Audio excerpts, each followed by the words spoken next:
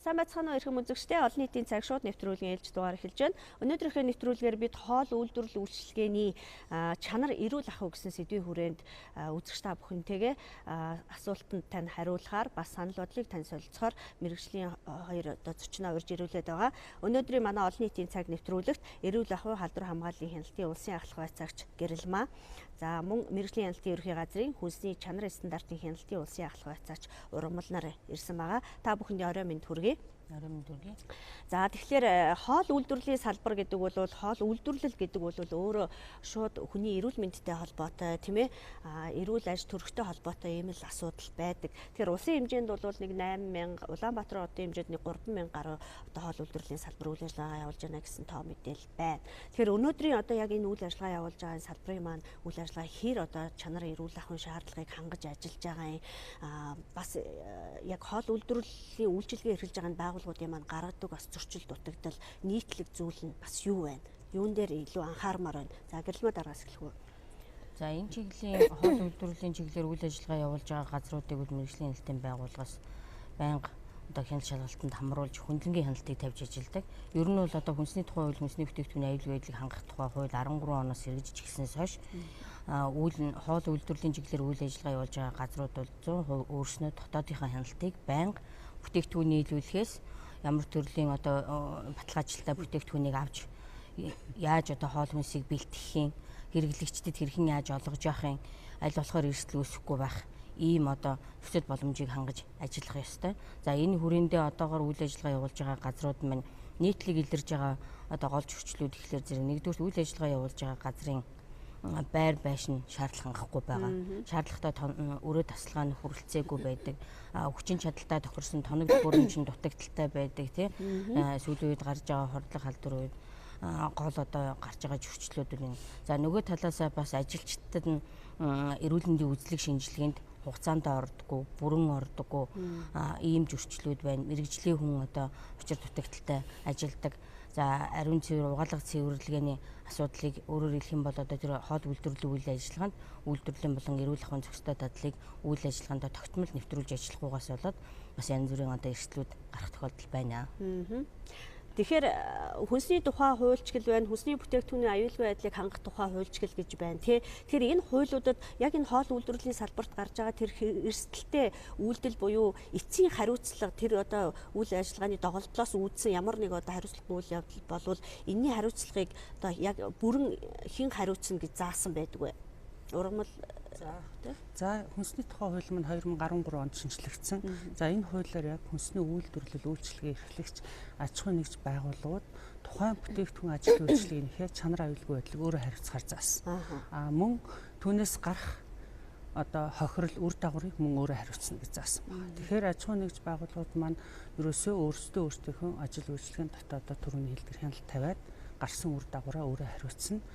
Чанар аюулгүй байдлын шаардлага хангасан хууль дүрм мөрдсөн нөхцөлд одоо хийгээд явах юм бол тэр хүний бизнес одоо зөв оршин тогтнох тийм нөхцөлтэй.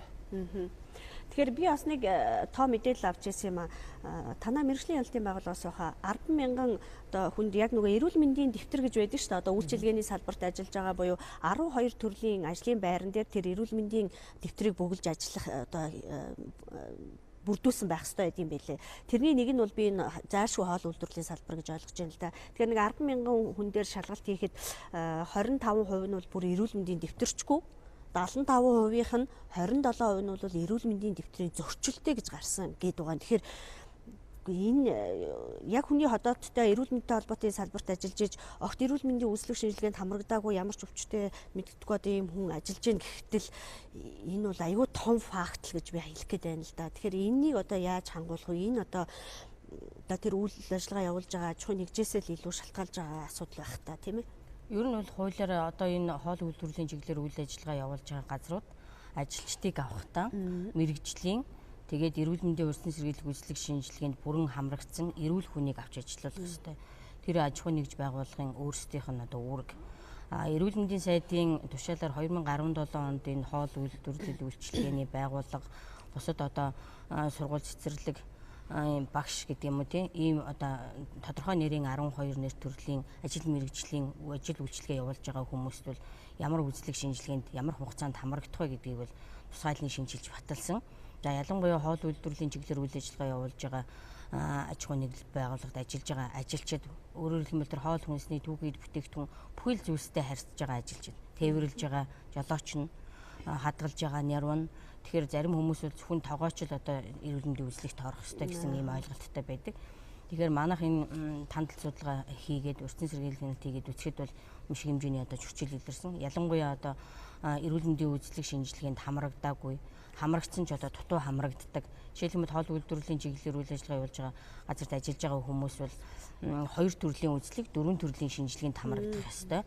За сүрээгийн үзлэгт бол жилд 1 удаа, арсны өвчний үзлэгт бол жилд 2 удаа. Тэгээ 3 төрлийн шинжилгээ хамар зэлгүүрийн ачтаас ян тэгчийн үзлэг, цагаан хорхон шинжилгээг бол 6 сар тутамд хийх ёстой. Гэхдээ энэ бидний хийсэн тандал судалгаа хийх шинжилгээний явцад бол яг үгээр зэрэг орох ёстой газруудыг тушаалаар зааж өгсөн.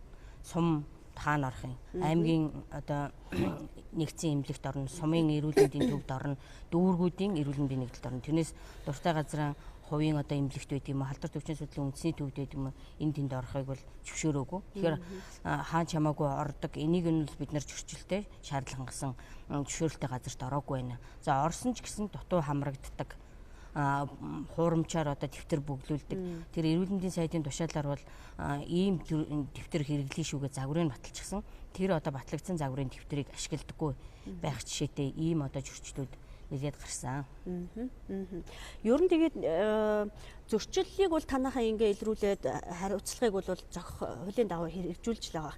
Гэлээ гэхдээ нөгөө нэг яагаад нэг гарсан зөрчлийг дахин давтаад байна уу гэдэгт л би одоо асуудлын гол байна гэж бодоод галдан. Магадгүй тэр хариуцлага тоосож байгаа арга хэлбэр нь хөнгөдөөд байдаг юм уу? Эсвэл одоо үнэхээр одоо тэгж хууль дүрмийг хэрэгжүүлэхэд төрийн байгууллагаар тэр одоо юу гэдэг эмнэлгийн байгууллагаар яваад тэр дэвтрийг бүглүүлэхэд тийм их одоо хүндрэл саад тай байдаг болоод тэгж бүрдүүлдэг юм уу? Энд одоо ер нь гол одоо учир шалтгаан юу гэдэг юм?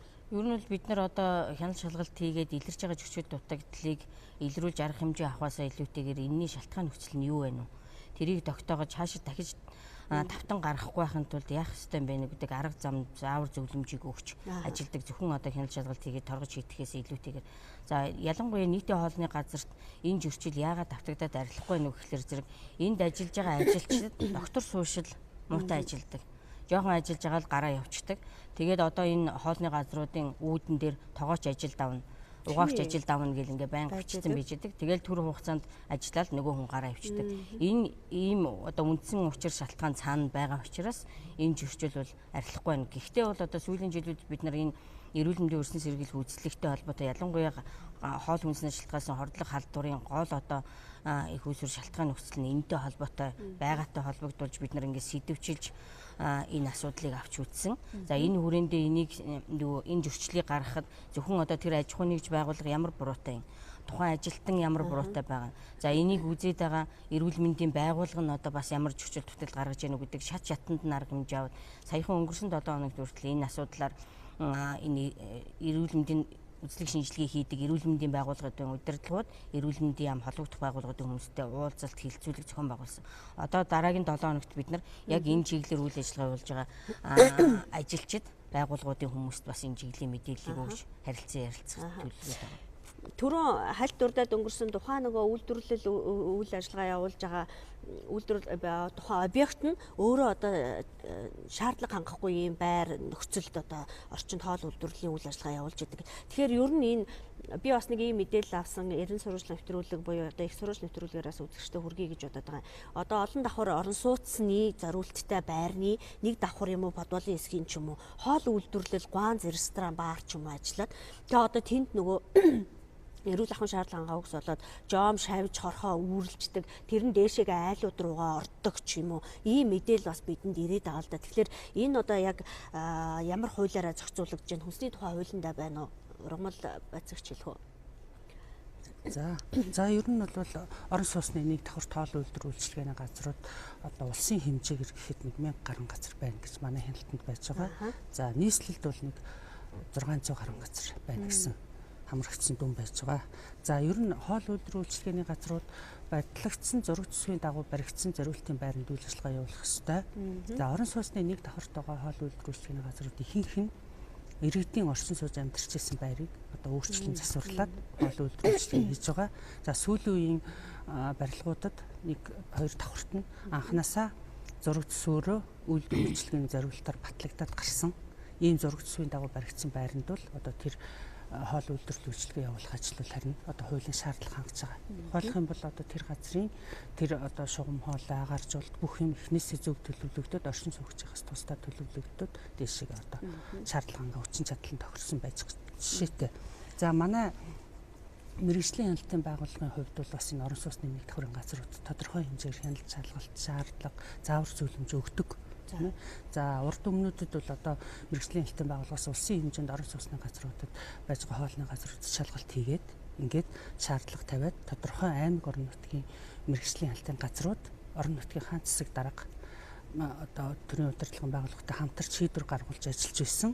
За ер нь бол одоогийн байдлаар гэхэд одоо Булган, Дундгой, Гомс, Өмбөр, Сүхбаатар аймагууд ихт орон сууцны нэг давхарт хоол үйлдвэрлэл үйлчилгээ байхгүй жишээтэй. За Дархан уул аймаг гэхэд одоо засаг дарганд мэргэжлийн хяналтын байгууллага санал тавиад хамтраад өмнөх жилүүдэд захирамж гаргаад яг оршин суугчдын сан техникийн шугам хоолойгоос тусгаарлуулаад шугам хоолойг нь агааржуулалтын хүчин чадал хангуулад хийсэн баг жишээтэй. За энэ дээр бол ерөнхийдөө тэр үйлдвэрлэл үйлчилгээ эрхэлж байгаа улсууд өөрсдөө бол эхнээсээ л тэр хууль тогтоомжоо мөрдөөд шаардлага хангасан байранд үйл ажиллагаагаа явуулах ёстой. Тэнд ажиллаж байгаа улсууд маань өнөөдөр би тэнд хоол үйлдвэрлэл үйлчилгээ эрхлээд одоо амьдралаа тижээгээд бизнес хийх хэрэгтэй байхад тэнд оршин сууж байгаа улсууд үйлчлүүлж байгаа улсуудын эрхээр өөрийнх нь эрх хязгаарлагдсан байх ёстой гэдгийг бас ухамсарлаж энэ ажиллагаагаа явуулах ёстой. За баярлалаа. За 7012 7005 гэсэн утсан дээр бас иргэдийнхэн санал бодлыг бид сонсож байгаа. Асуулт байвал биднээс асууж болно. За таныг сонсож байгаа шүү. Олон нийтийн цаг нэвтрүүлэг зургтынхаа дууг суллаад шууд асуугаарай. Байна уу? Байна уу? Оройн төргий. За оройн төргий. Шууд яриа.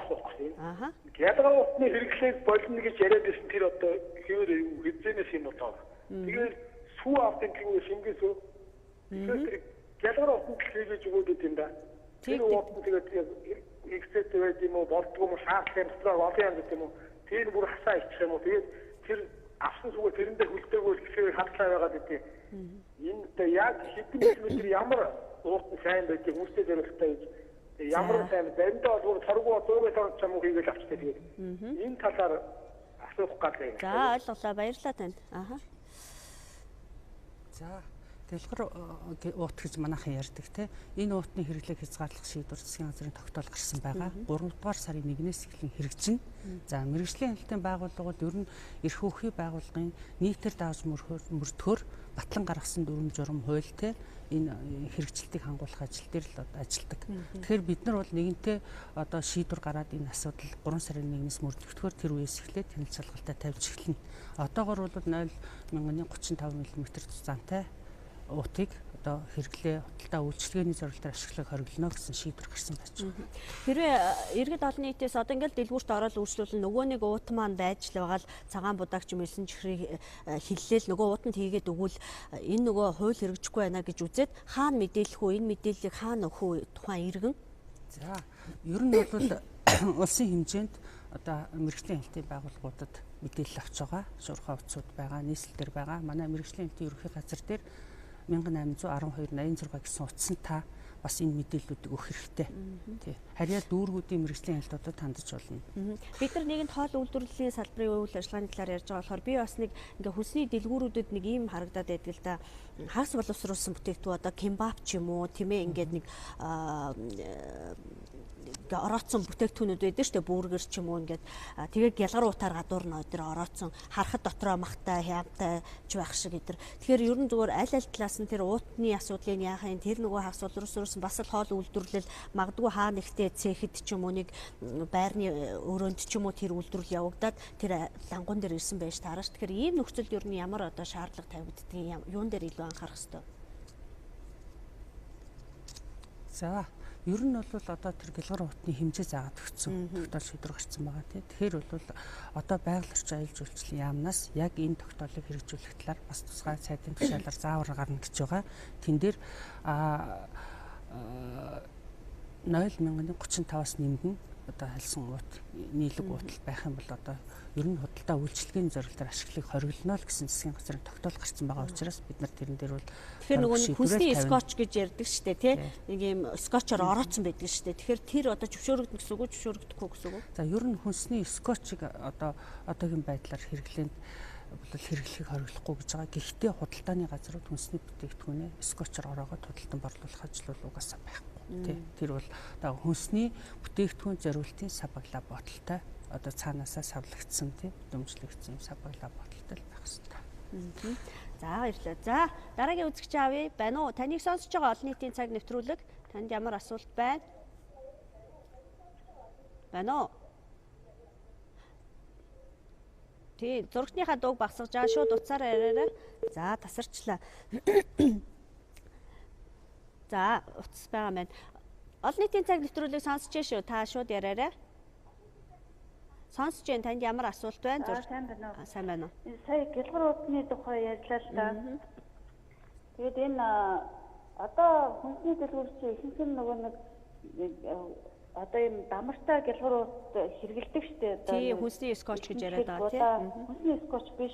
Дамартай гэлгар утыг ингээд тасалж аваад хэрэглэдгийг яриад байна шүү. Тийм, тасалж аваад хэрэглэдэг. Гэтэл одоо тэднийг бас болиулна гэж байна. Гэтэл одоо бид нар юу одоо тэр улсууд юунд ингэж хэлэл зарах вэ? Эсвэл орлуулах юм нь юу байгаа юм бэ гэж тий. Бусад үйлдвэрүүд нь ч гэсэн бас нөгөө бас гэлгар утанд л хийдэг. Одоо тэрнийг орлуулах ямар нэг юм хийсэн үү, гаргасан уу? Тэр талаар л асуух гэсэн. Ааха. За баярлалаа.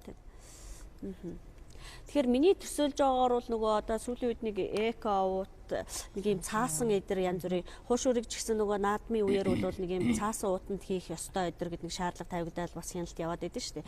Одоо гэвч нэг юм хэрэгжих гэж хаад дараагийн юмд бэлэн болсон юм уу гэдэг л асуудлыг ярьж байна л да саний үзэгч бол. За ер нь бол яг энэ нийлэг уутыг хорих нь бол одоо нийгмийн шаардлага болоод байна тийм ээ. Дэлхийн нийтээр энэ дээр эрүүл мэнд талаасаа, хаягдал талаасаа тийм ээ. Тэгэхээр энэ дээр бид нар бол одоо тодорхой хэмжээгээр манай улс энэ асуудлыг хэрэгжүүлэхээс л аргагүй цаг үе ирж байгаа. Тэгэхээр нийлэг уутыг одоо хориход эргээгээд тэрний ард талд нь хэрэглэх уутны одоо хэрэглээг яаж бий болох вэ гэдэг асуудлыг одоо төрийн бодлогын түвшинд авч шийдвэрлэх арга хэмжээ аавна. Энэ дээр бол явагдаж байгаа юм байна лээ. Манай мэргэжлийн хяналтын хувьд бол гарсан шийдвэрийг хэрэгжүүлэх тал дээр л хяналтаа тавьчихлаа. Тэ цаасан уут үйлдвэрлэх, даавн уут үйлдвэрлэх энэ асуудлууд бол явагдаж байгаа шүү дээ. Одоо хэвлэл мэдээлэлээр яваад байгаа тийм ээ. Тэ. За олон нийтийн цаг нэвтрүүлгийг сонсож байгаа манай 7012 7005 гэсэн утсан дээр үзэгч та бүхнийхээ саналыг бас асуултыг бид авж байгаа шүү. Байна уу? Таныг сонсож байна. За. Би нэг санал хэлэх ба. Одоо хэлж штэ 1812-88 гэж энэ утас хэдэж авдаггүй шүү дээ. Ингэж худлаа ярих хэрэггүй. Яг бодтой үнийн юм л хэлэх хэрэгтэй. Энэ утас хэдэж одоо гомцол ярих авдаггүй. Энэ үнэн шүү дээ. Одоо энэ сууж байгаа хараад сууж байгаа хоёр хүн бол өөрөө мэдчихэл байгаа. Ийм худлаа дүүрэх хэрэггүй. Энэ утас хэдэж авдаггүй. Гомцол гаргах гэхээр авдаггүй шүү дээ. За ойлголоо. За энэ дээр бас бид нар анхаарлаа тавья. Ер нь бол 1882-оор манайд бас нэлээд олон иргэдийн өргөдөл санал гомдол ирдэг. Бид нар шуурхаа шийдвэрлэдэг тийм. Энэ бас яг энэ хүн дээр аваагүй ч болно. Энэ дээр анхаарлаа тавья тийм ээ.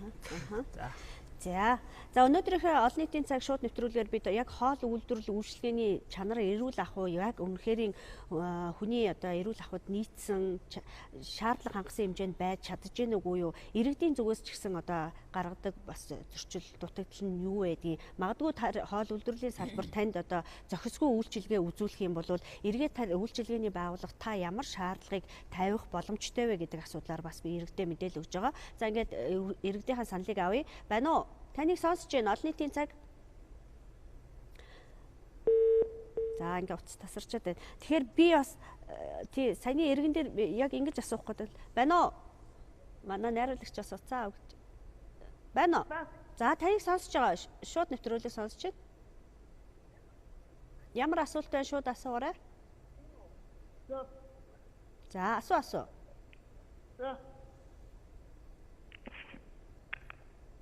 Байна уу? За нэг санаанд орж ирчээд байгаа мó хаашаа. Ингэдэг штэ. Тухайн одоо нэг ресторант ч юм уу тийм ээ хоолны газар ороод нэг хоол аваад ингээд тэгэхээр нэг тийм эвгүй үнэр ч юм уу нэг эвгүй мэдрэмж бас төрүүлдэг шүү дээ. Энэ гурил нь яацын түүхийн биш байгаа ч гэдэг юм уу. Эсвэл энэ одоо хонцсон махаар муудсан махаар хийцэн ч юм шиг эдэргээд тэгэх юм бол магадгүй тухайн үйлчилгээ явуулж байгаа газарт тухайн иргэн хүн ямар шаардлага тавиад одоо мөнгөө буцааж авах юм уу эсвэл хохирлоо барагдуулах магадгүй тэр хоолны талыг эдцэн байгаад өөрт нь одоо эрүүл мэндийн хувьд жоохоо эвгүрхэх ч юм уу байдал эдэр байвал тэр хоолны газарт ихний удаад ямар одоо зөвлөгөө юуг одоо ямар шаардлага бас тавьж болох уу болохгүй бол хаашаа хандах вэ гэдэг дээр мэдээлэл өгөөч. Ер нь бол энэ хоол хүнсний аюулгүй байдлыг хангах гэдэг чинь олон талын оролцоотой. За ялангуяа энэний хяналтыг бол зөвхөн одоо мэргэжлийн хяналтын байгууллага хяндаг юм биш. Тэр үйл ажиллагаа явуулж байгаа газар бол одоо 100% өөрсдөө дотооддоо хяналтаа тавьж явах хэрэгтэй. Үйл ажиллагааныхаа үйлдэл болгонд. За нөгөө талаас төрөөс мэдээж хөндлөнгийн хяналтыг мэргэжлийн хяналтын байгууллага тавьж байна. За бас нэг тал нь юу гэхээр зэрэг хэрэглэгч өөрөө мөнгөө өгөөд худалдаж аваад хэрглэж байгаа тохиолдолд авж байгаа бүтээгдэхүүнээ надад тохирох юм уу гүм үү? Ямар орц найрлагатай миний идэж болохгүй харшлах зүйл тэр орц найрлаганд нь орж уу? Хичнээн хэмжээтэй илчлэг нь ямар байгаа нь те? Гэх мэтлэнгээр энэ зүйлүүд мэдээллийг авах эрх нь бол хэрэглэгчдэд өөрсдөнд байгаа. Ямар нэгэн одоо асуудал гарах юм бол тухайн тэр үйлчлүүлж байгаа аж ахуй нэгж байгууллагуудаа энэ байгууллагатаа асуудлаа тавих бүрэн эрхтэй. Тухайн аж ахуй нэгж байгууллага өөрсдөө тийм асуудлыг үнэхээр одоо гаргасан бол тэр хэрэглэгчийг хохирлгүй болгох энэ асуудал бол хуулиараа аль талаас зохицуулагдсан байна. Магадгүй нэг ямар нэг асуудал байгаад мэргэжлийн байгууллага та бүхэнд хандыг бол 1812-86 гэсэн утсанд холбогдно гэж ойлгож байна. Ерөнхий газарт хандвал 1812-86. За хэрвээ нийслэлийн мэргэжлийн хяналтын газар бас нийслэлд бол 7012-8012 гэсэн утас байгаа. За аймаг орон нутгууд бол мэргэжлийн хяналтын газар болгон мөн энэтэй адилхан ийм одоо иргэдээс мэдээллийг авч ажилдаг ийм бэлэн одоо утсууд ажиллаж байгаа. Тэр утсанд мэдээлэл өгч ажил бас гомдлоо барагдуулж үнэхээр одоо энэ зөрчил дутагдлыг гаргаж иж өшөө олон нэгдүгürt өөрийнхөө хохирлыг энэ үед одоо арилгуулах нөгөө талаасаа ийм зөрчил дахин гарахгүй байх олон хүнийг эрсдэл учруулахаас сэргийлэх энэ хэрэглэгч бас гол одоо хяналтыг тавьж байгаа тэр хүнсний аюулгүй байдлыг хангахад гол дэмжлэг үзүүлж байгаа нэг субъект болж байгаа. Тэгэхээр тэр үүднээсээ өөрийнхөө эрүүл мэнд бусдын эрүүл мэндийг хамгаалах үүднээс бас энэ мэдээлэл өгч хамтарч ажиллах ийм одоо бас боломжтой. За ингээд олон нийтийн цаг нэвтрүүлэгтээ бас иргэдийнхэн дуулааг илүү төлхөө оруулахыг бид нэр зорддог. Иргэн таныг сонсож байна уу? Олон нийтийн цаг нэвтрүүлэг сонсож байна уу?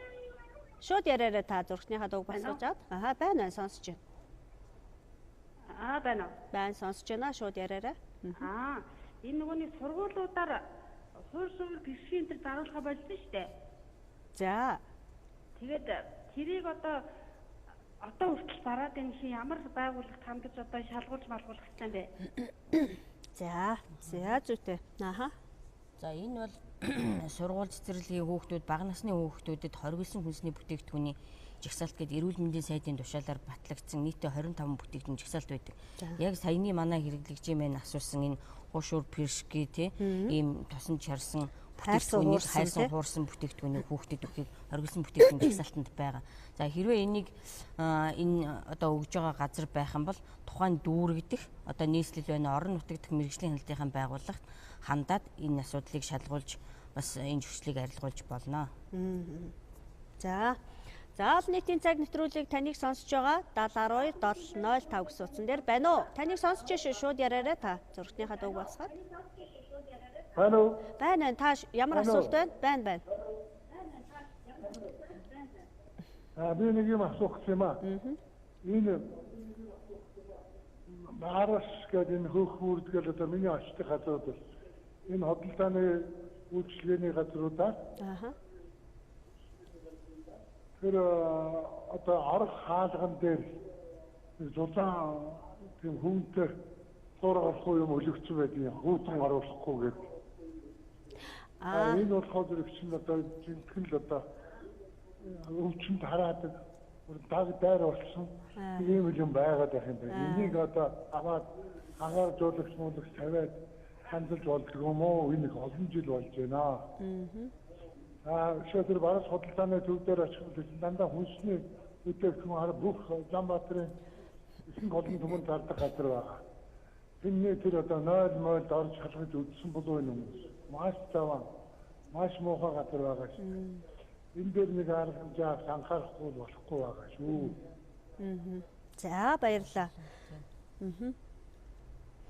Бас судалдааны төв. Ер нь бол нөгөө нэг альва үйлдвэрлэл үйлчилгээний байгууллагт ажиллаж байгаа хүмүүсийн тэр нөгөө 0-д орох, буцаад одоо нөгөө жимсээ барай зарахад 0 заавал гараа угаасан байх ч юм уу тийм ээ. Гэтэл тэрэнд хэр хангагдсан байдığım бол тэр орчин нөхцөл боломж нь ерөнхийдөө одоо энэ нийтийн хоолны газар, худалдааны газар, үйлчлэгээ явуулж байгаа газрууд бол үйлчлүүлэгчдэд зориулсан 0-тай байх ёстой. Тэр нь шаардлага хангасан байх ёстой гэсэн ийм хууль эрх зүйн дүрм журм зохицуулт бол нэлээдгүй байгаа, стандарт байгаа. Гэтэл одоо энийг бас тэр болгон хэрэгжүүлдэггүй, бицгаар 0 байдаггүй ч юм уу, аль эсвэл нөгөө 0 нь цэвэрлдэггүй. Манайхан аль талаасаа тэр үйлчлэгээ явуулж байгаа газар энэ 0 ариун цэвэрлэхийн шаардлага хангасан түвшинд байлгах, тэнд ажиллаж байгаа үйлчилж байгаа хүмүүс бие засахтаа хувцас одоо ажлынхаа хувцсыг тайлаад ордог. Гараад ирэхээрээ зэрэг гараа угаадаг, гараа угаахтаа одоо зөв бүрэн гүйцэд угаах ёстой ч гэдэг юм уу тийм. Гих мэтлэнгээр ингээд мэддэг мөртлөө, энгийн юм шиг мөртлөө энэ асуудлууд дээр аягүй нэлээд их зөрчил гаргадаг. За нөгөө талаасаа манай хэрэглэгч ч гэсэн худалдааны газарт байгаа ариун цэврийн өрөөнд бие засаад үйлчлүүлэхдээ бас одоо соёлтой, зөв зохистой үйлчлүүлэх тал дээр бас одоо аль талаасаа л анхаарах шаардлагатай байгаа. Аль эсвэл одоо суултуур дээр нь бие засчдаг, суултуур дээр нь хөлөө гаргаад тавьчихдаг тийм.